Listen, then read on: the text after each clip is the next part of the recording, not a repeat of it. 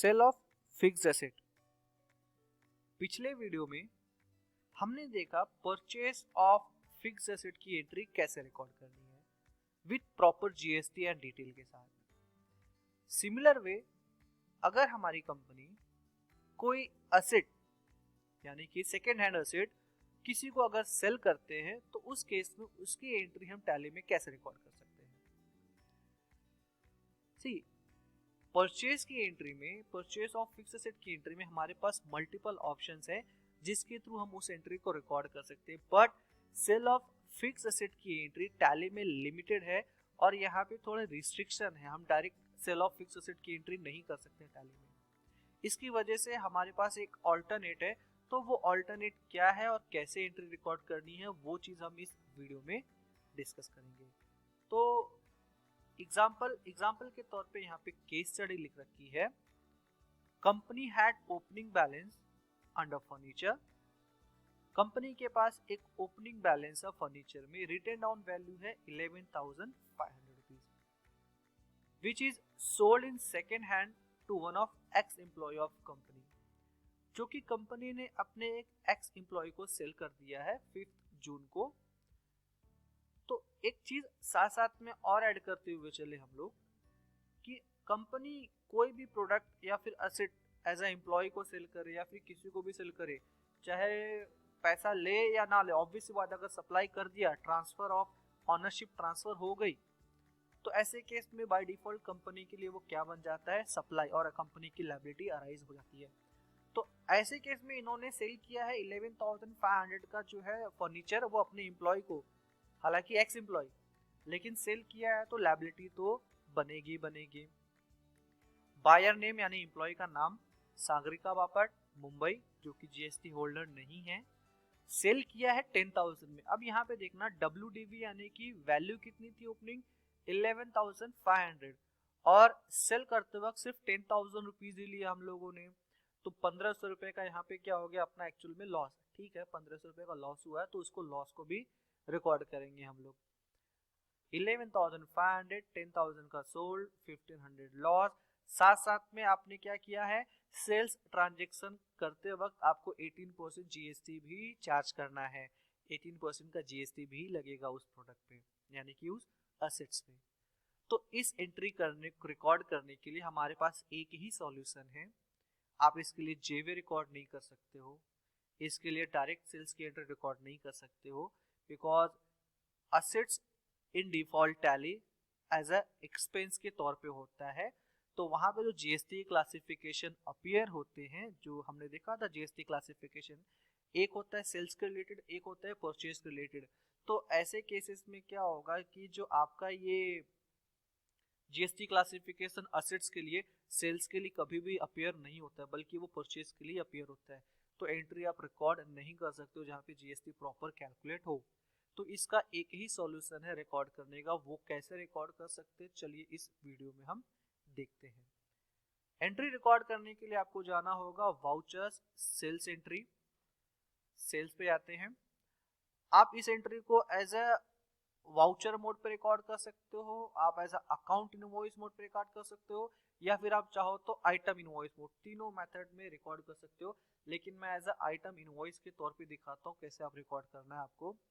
यहाँ पे हमने इसका ऐसा मोड चेंज करेंगे, mode as a item, change mode as a item invoice mode. ये हमारा इनवॉइस नंबर यहाँ पे एंटर कर देते हैं। पार्टी नेम सागरिका बापट, जो कि मुंबई से बिलोंग करते हैं और इनका जीएसटी रजिस्ट्रेशन नहीं है, तो यहाँ पे हमने इन्हें एज ए कंज्यूमर डिसाइड किया हुआ है। डिस्पैच डिटेल अगर एंटर करना है तो आप एंटर कर सकते हो, if it is not required तो इसको हम स्किप करेंगे। और यहाँ पर अब आता है सेल्स लेजर। परचेस के टाइम हमने देखा था परचेस लेजर में purchase of fix asset appear होता है। तो सिमिलर वे सेल्स में क्या sales of fix asset ledger appear होगा? नहीं अपीयर होता है, बिकॉज परचेस मैंने बताया कि वो एक्सपेंस के रिलेटेड होता है। एसेट जो है आपका वो एक्सपेंस के रिलेटेड है, इसीलिए परचेस ऑफ फिक्स एसेट का लेजर हमने परचेस में अपीयर होते देखा, लेकिन वही लेजर सेल्स में अपीयर नहीं होगा। तो ऐसे केस में आपको क्या करना है, यहाँ पे एक लेजर क्रिएट करना है, सेल ऑफ असेट्स। ये आप इसको सेलेक्ट करोगे अंडर सेल्स अकाउंट और यहाँ पे आप सेलेक्ट कर लोगे एज ए गुड्स। हालांकि यहाँ पे सेल्स अकाउंट ले रहा हूँ बिकॉज ये मेरा प्रॉफिट एंड लॉस पे हिट कर जाएगा, लेकिन होगा क्या, उसकी एंट्री कैसे होगी आपको मैं दिखाता हूँ अभी। यहाँ पे जीएसटी क्लासिफिकेशन टैब डालने की कुछ भी जरूरत नहीं है।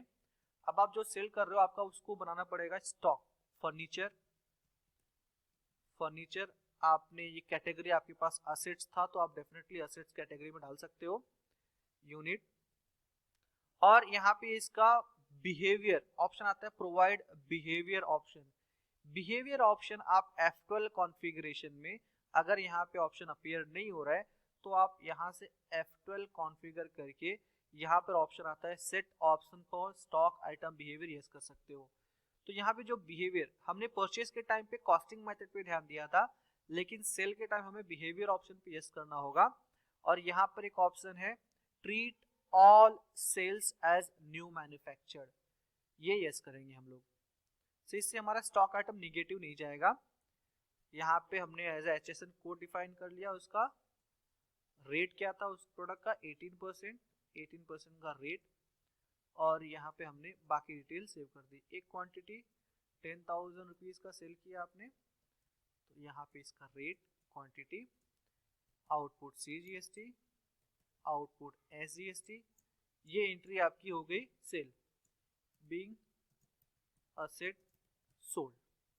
आपने सोल्ड कर दिया, लेकिन इस एंट्री से हुआ क्या, इस एंट्री रिकॉर्ड करने से टेक्निकली क्या हुआ कि आपका प्रॉफिट एंड लॉस में सेल्स रेवेन्यू इंक्रीज हो गया। सी यहाँ पे देख सकते हो, लेकिन ये आपका रेवेन्यू नहीं था, ये आपका रेवेन्यू नहीं, ये आपका असेट सोल्ड हुआ है।